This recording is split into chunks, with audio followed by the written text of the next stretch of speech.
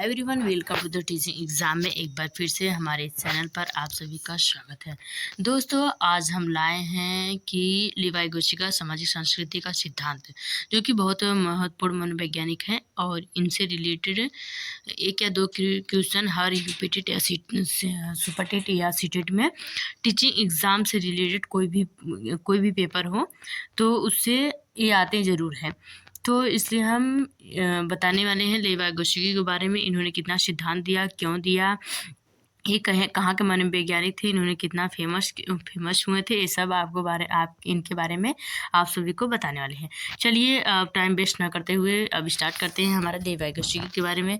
पहले जान लेते हैं लेवी गोस्की किसका सिद्धांत दिया था। इन्होंने लेवी गोस्की ने सामाजिक संस्कृति का सिद्धांत दिया था, सोशल कल्चरल थियरी। ये हमारा है कि इन्होंने एक सिद्धांत दिया था, उनका नाम है सामाजिक संस्कृति का सिद्धांत। ऐसे भी क्वेश्चन पूछा जाता है एग्जाम में कि लेवी गोस्की किसका सिद्धांत दिया था तो आपको बताना है सोशल कल्चरल थियरी का, मतलब सामाजिक सांस्कृतिक सिद्धांत का। अब ये कहाँ के मनोवैज्ञानिक थे। लेवी गोस्की एक प्रसिद्ध कहाँ के मनोवैज्ञानिक थे, रूसी मनोवैज्ञानिक थे, रूस के मनोवैज्ञानिक थे।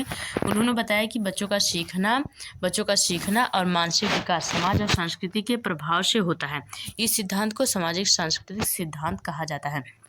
तो इनका ये कहना है कि जब बच्चे क्या होते हैं, जब बच्चे जन्म लेते हैं वो किस प्रकार से सीखते हैं, तो इनका ये कहना है कि बच्चों मानसिक विकास समाज और संस्कृति के प्रभाव से, मतलब समाज के जरिए, समाज के अनुकरण के द्वारा ये करते हैं। समाज का जो कॉपी करते हैं उनके अनुसार ये क्या करते हैं, ये सीखते हैं। तो इनका ये कहना है लेवी गोस्की का।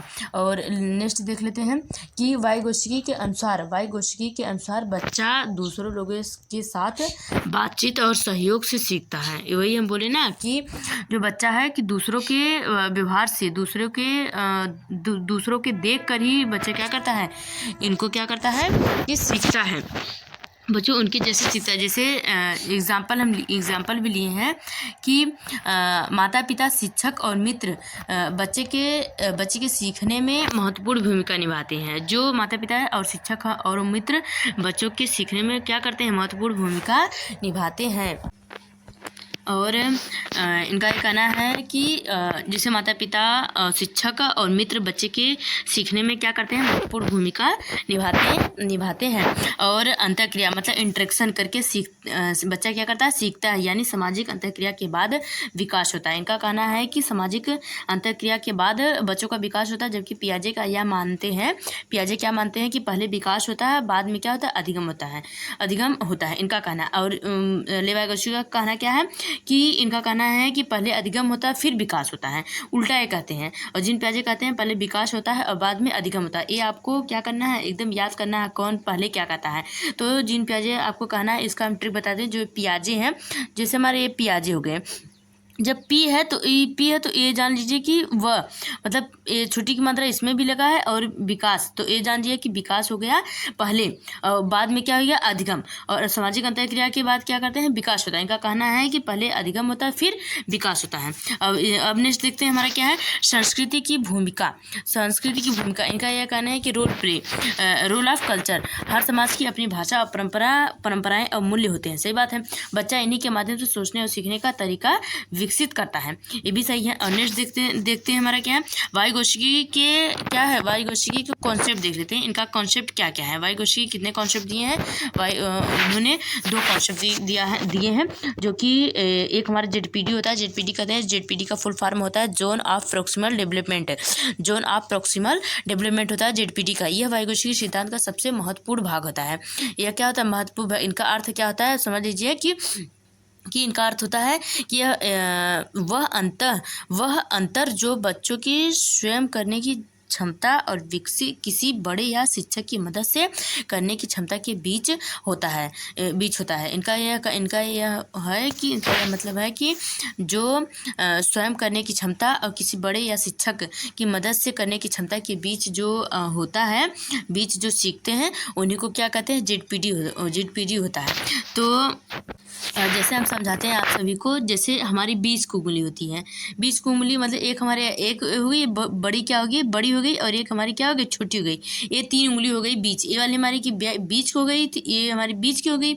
और ये दोनों के जिसे आपको जैसे वो करना है कि तुलना करना है कि ये इसमें, इस वाली उंगली में और इस वाली उंगली में कौन सी बड़ी है। तो आपको क्या करना है, आपको मध्य वाली उंगली को क्या करना है कि हेल्प लेनी होगी।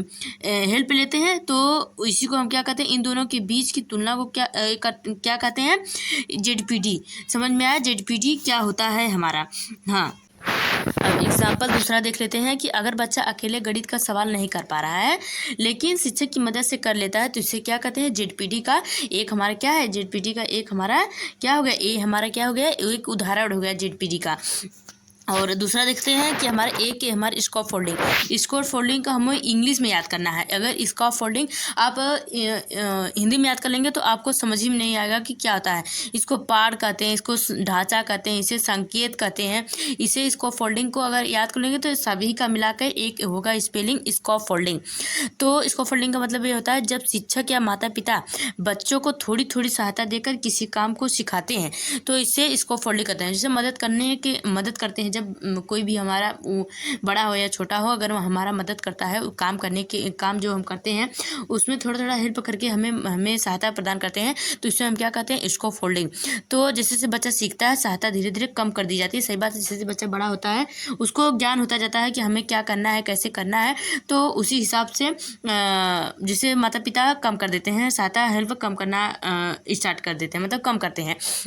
तो यही हो गया है इनका, यही है कि लेवा गोशिका की यही इंपॉर्टेंट है। और इसमें तो बहुत सारे इसको दिए हैं अपना सिद्धांत, पर जो टीचिंग एग्जाम में पूछा जाता है मैं वही इम्पोर्टेंट लाई हूँ। इन्हीं के बीच में सुपर टेट या यूपी टेट या सी टेट में पूछा जाता है। तो मिलते हैं नेक्स्ट वीडियो में, तब तक के लिए जय हिंद और जय भारत। मिलते हैं नेक्स्ट वीडियो में। अगर हमारा वीडियो थोड़ा सा भी हेल्पफुल लगा हो बच्चों तो हमारे चैनल को लाइक और सब्सक्राइब करना ना भूलिए और नाइंसाफ़ी हमारे साथ मत कीजिए।